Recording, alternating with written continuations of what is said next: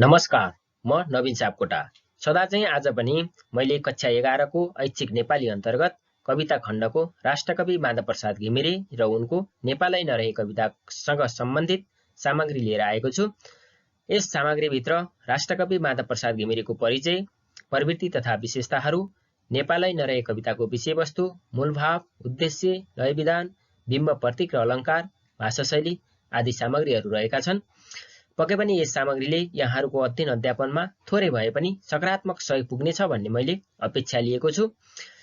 यदि यहाँहरू यस च्यानलमा नयाँ हुनुहुन्छ र यस्तै खालका नयाँ भिडियोहरू हेर्न चाहनुहुन्छ भने कृपया यस च्यानललाई सब्स्क्राइब गरिदिनुहोला। लौ त सुरु गरौँ आजको सामग्री। सुरुमा राष्ट्रकवि माधवप्रसाद घिमिरेको परिचय। नेपाली साहित्यका चम्किला तारा राष्ट्रकवि माधवप्रसाद घिमिरेको जन्म पिता गौरीशङ्कर उपाध्याय र माता द्रौपदी घिमिरेको कोखबाट विक्रम सम्वत 1976 साल असोज 7 गते लमजुङ जिल्लाको पुस्तुन गाउँमा भएको थियो। सानै उमेरमा घरमै बसी दुर्गा कवच र चण्डीको अध्ययन गरेका घिमिरेले 8-9 वर्षको उमेरमा ज्योतिषशास्त्रको अध्ययन आरम्भ गरेका थिए। घिमिरेले 12 वर्षको उमेरमा रामायणलाई मिठो लयमा गाउने सिप प्राप्त गरेका थिए। 17 वर्षको उमेरमा 3 रुपैयाँ 50 पैसा मात्र लिएर काठमाडौँ आएका घिमिरे दिल्लीजङ लामिछानेको संरक्षकत्वमा बसी रानीपोखरी पाठशालामा भर्ना भई त्यहाँ कालिदास पराजुलीले पढाएको कविताबाट प्रेरित हुँदै कविता लेखनतर्फ लागेका थिए। घिमिरेले सर्वदर्शनमा शास्त्रीसम्मको अध्ययन पूरा गरेका छन्।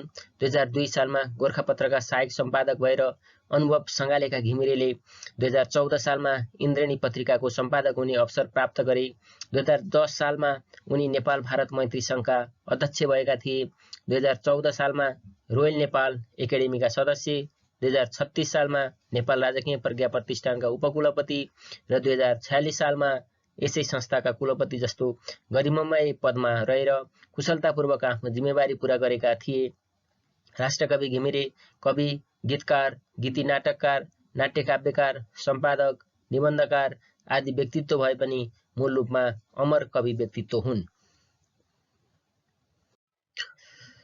माधव घिमिरेका अनेकौं कविता, गीत, खण्डकाव्य र नाट्यकाव्य आदि प्रकाशित छन्। नवमञ्जरी 1994, घामपानी 2010, नयाँ नेपाल 2033 उनका कविता सङ्ग्रह हुन्।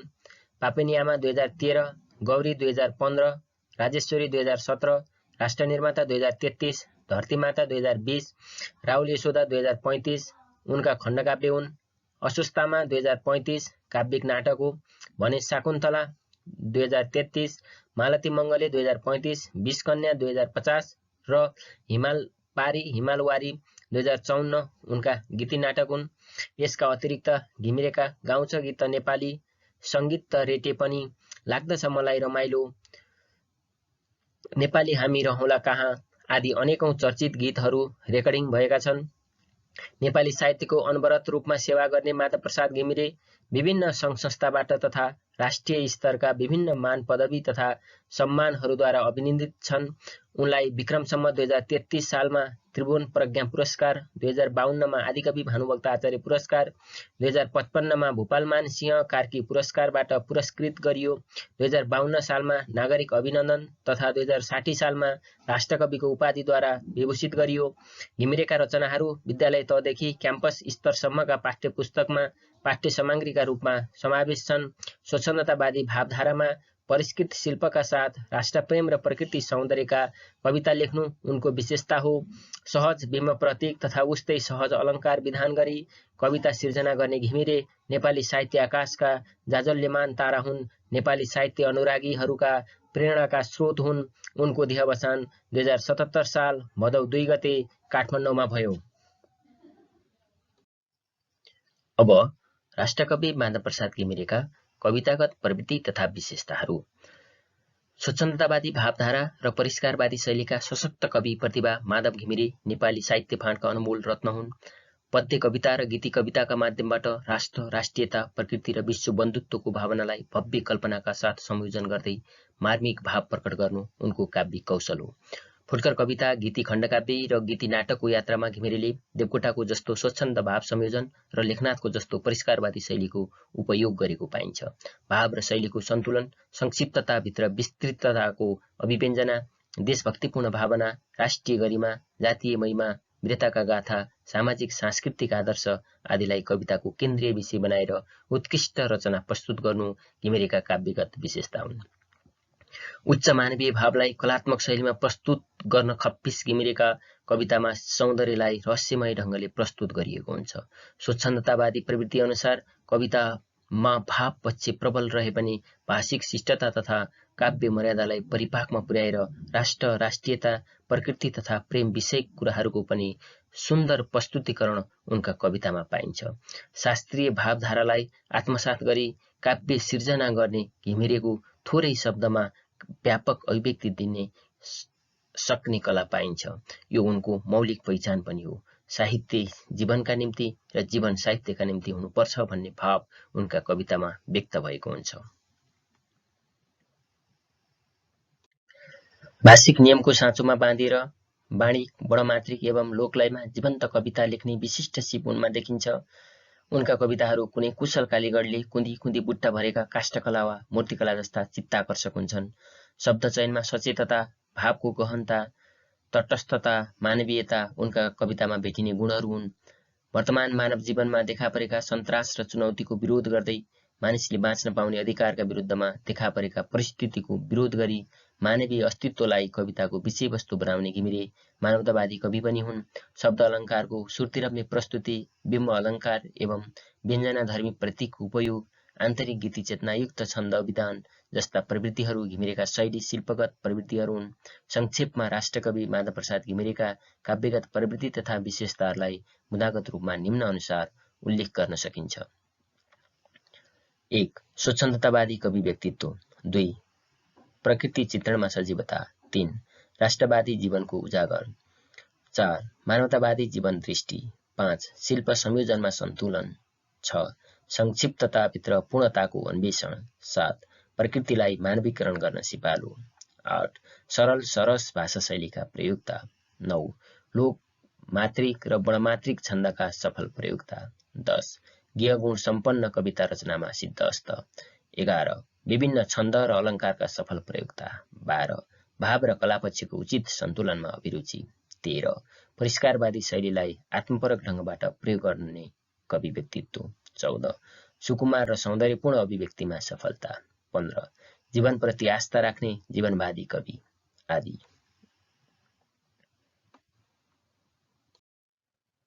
अब राष्ट्रकवि माधवप्रसाद घिमिरेको नेपालै नरहे कविताको विश्लेषणतिर लागौं।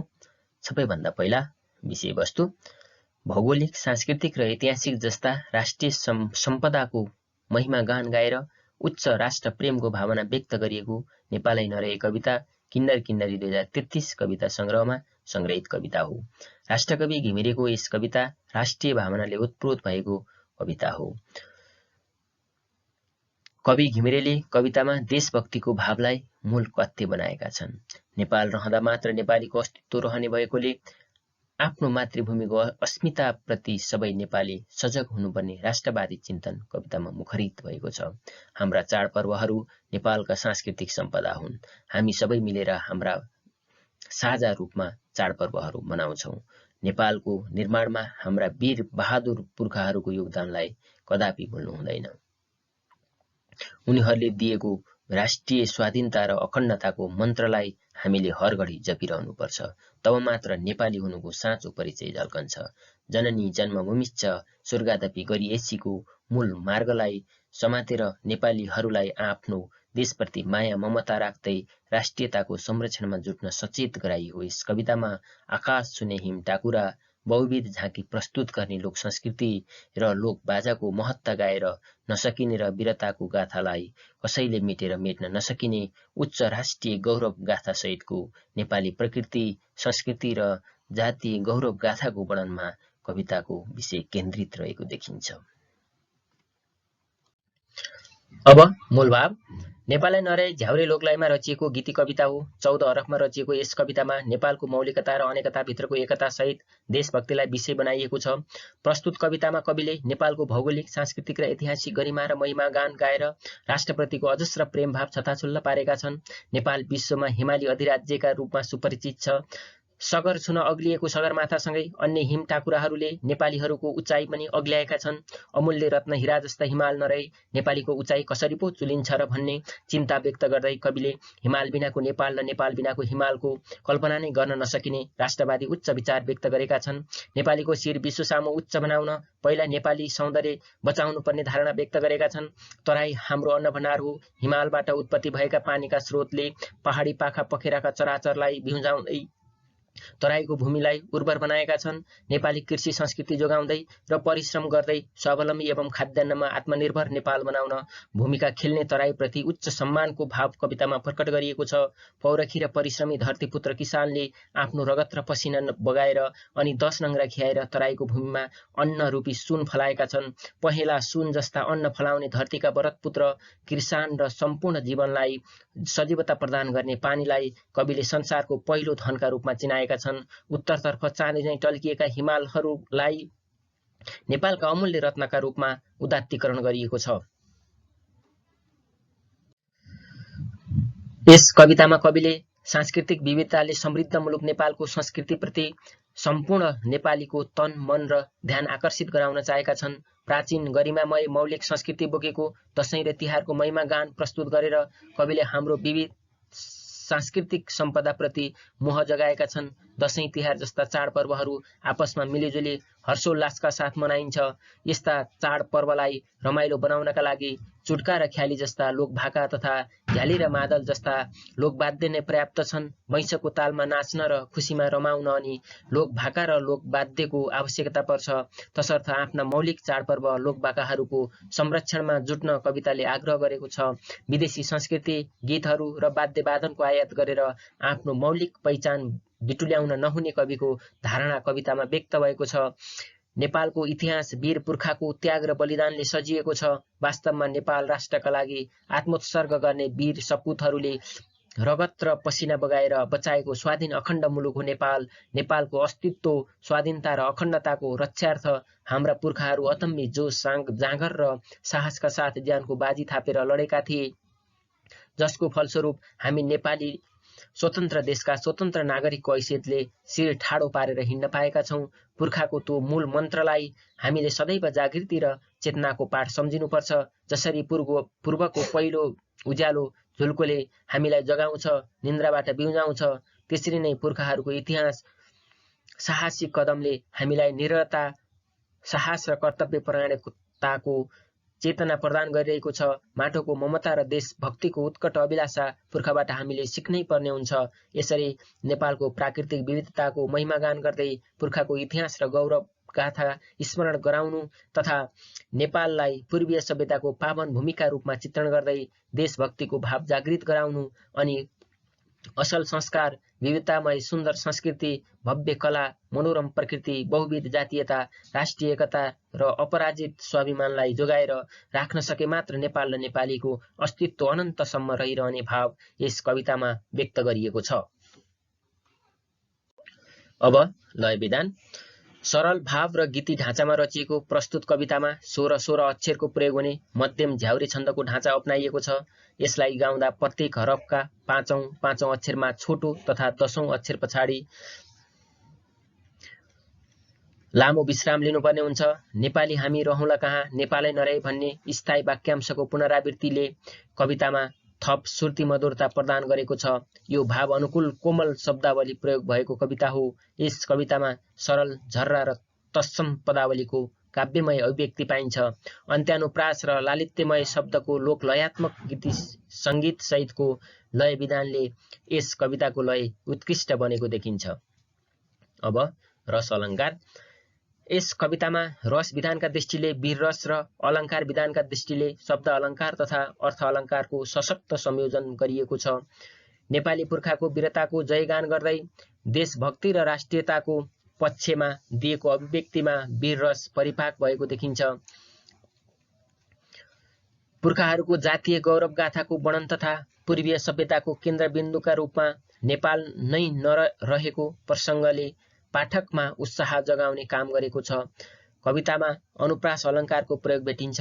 कविताको प्रत्येक पंक्तिमा प्रयुक्त शब्द नेपालै, हिमालय, सञ्जालै, मादलै र उज्यालै अनुप्रास अलङ्कारका उदाहरण हुन्। कविताका सबै पंक्तिमा गरेर नरहे शब्दको 8 पटकको पुनरावृत्ति भेटिन्छ। नेपाली हामी रहँला कहाँ, नेपालै नरहे भन्ने स्थायी भावको हरफ 4 पटक पुनरावृत्ति भएको छ। तराईलाई सुनको टुक्रा, हिमाललाई हीरा र माटो र पानीलाई धरतीका छोराको पहिलो धनका रूपमा प्रस्तुत गर्दा रूपक अलङ्कारको प्रयोग भएको भेटिन्छ। यसैगरी नेपाल र नेपालीका बीच तथा हाम्रो उचाइ र हिमालका बीच अभेद्य सम्बन्ध सिर्जना गर्दा रूपक अलङ्कार उत्पन्न भएको पाइन्छ। कविता सरल र सुबोध भइकन पनि विभिन्न बिम्ब र प्रतीक प्रयोगले तीव्र भावयुक्त र चोटिलो व्यङ्ग्यात्मक समेत बन्न पुगेको पाइन्छ। कवितामा हिमाल, प्राकृतिक सुन्दरता र तराई उपजाशील धरतीका प्रतीकका साथै सुन र हीरा चाहिँ महँगी बिम्बका रूपमा आएका छन्। त्यसैगरी कवितामा झ्याल आँखाको प्रतीकका रूपमा र पुर्खाको पाइला साहस र वीरताको प्रतीकका रूपमा आएका छन्। यसरी रस, अलङ्कार र बिम्ब र प्रतीक प्रयोगको हिसाबले प्रस्तुत कविता उत्कृष्ट र बेजोड बन्न पुगेको देखिन्छ। अब नेपालै नरहे कविताको उद्देश्य। यस कविताको उद्देश्य जातीय गौरव, राष्ट्रियता, राष्ट्रिय संस्कृति, सांस्कृतिक पहिचान र देशभक्तिपूर्ण भावनाको सशक्त प्रस्तुति दिनु हो। ललित गीतिलयमा लेखिएको सुमधुर यस कवितामा नेपालीका परम्परागत संस्कारहरू, प्राकृतिक स्रोत साधनहरू, पूर्वजहरूको वीरता र साहसको इतिहास आदि नेपालीका चिनारी हुन् भन्ने भाव व्यक्त भएको छ। प्राकृतिक, सांस्कृतिक र ऐतिहासिक सम्पदाका कारण नेपाल र नेपालीको शान बढेको विचार व्यक्त गर्दै पाठक सामु नेपालको अस्तित्व र पहिचानको उदात्तीकरण गर्नु कविताको मुख्य उद्देश्य देखिन्छ। नेपाललाई नेपालकै बहुल विशेषताहरूबाट विश्वमा चिनाउनुपर्छ र त्यसका निम्ति देशको वीरतापूर्ण इतिहासको रक्षा गर्नु तथा राष्ट्रिय एकता र जातीय तथा सांस्कृतिक विविधताको संरक्षण गर्नु नेपालीहरूको कर्तव्य हो भन्ने सन्देश दिने उद्देश्य कवितामा प्रकट भएको छ। अब भाषा शैली। नेपालै नरहे कविता गीति लयात्मक कविता हो। भाषा र भावकै अद्भुत संयोजन यस कवितामा पाइन्छ। कविताको भाषा सरल र लालित्यपूर्ण छ। झ्याउरी लयमा देशभक्ति र राष्ट्रियताको मार्मिक भावको अभिव्यक्ति दिने यस कवितामा सङ्गीत तत्त्वको भव्य संयोजन पाइन्छ। सरल, सरस र परिष्कृत भाषा शैली अपनाइएको प्रस्तुत कवितामा तत्सम, तद्भव र झर्रा नेपाली शब्दहरूको प्रयोग पाउन सकिन्छ। सरल, सन्तुलित र मौलिक शब्दको प्रयोगले कविता सुरम्य बनेको छ। अनुप्रासयुक्त सरल शब्द र कोमल तथा ओजस्वी पदावलीहरूको प्रयोगले कविता प्रवाहात्मक शैलीको बन्न पुगेको छ। थोरैमा धेरै भन्न सक्ने सूत्रात्मक कथन अथवा मितव्ययी कथन शैलीको प्रयोग कवितामा पाइन्छ। नेपाल, नेपाली, तराई, हिमाल, माटो, पानी, दशैं तिहार, चुड्का ख्याली, झ्याली मादल आदि नेपाली भाषाका प्रचलित र आपसमा सम्बन्धित शब्दको प्रयोगले कवितामा आकर्षक र रोचक बनेको छ।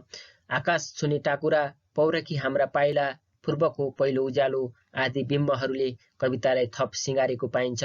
मिठो अनि माझिएका चोखा शब्द, बिम्बमय भाषा र लालित्यपूर्ण कोमल शैलीको प्रयोगले कविता उत्कृष्ट बन्न पुगेको छ। हस्त, आजलाई धन्यवाद। बाँकी फेरि अर्को सामग्रीमा भेट हुनेछ। तपाईहरू यस च्यानलमा नयाँ हुनुहुन्छ भने कृपया सुनिसकेपछि यस च्यानललाई सब्स्क्राइब गर्न र बेल आइकन बजाउन नबिर्सिनुहोला। धन्यवाद।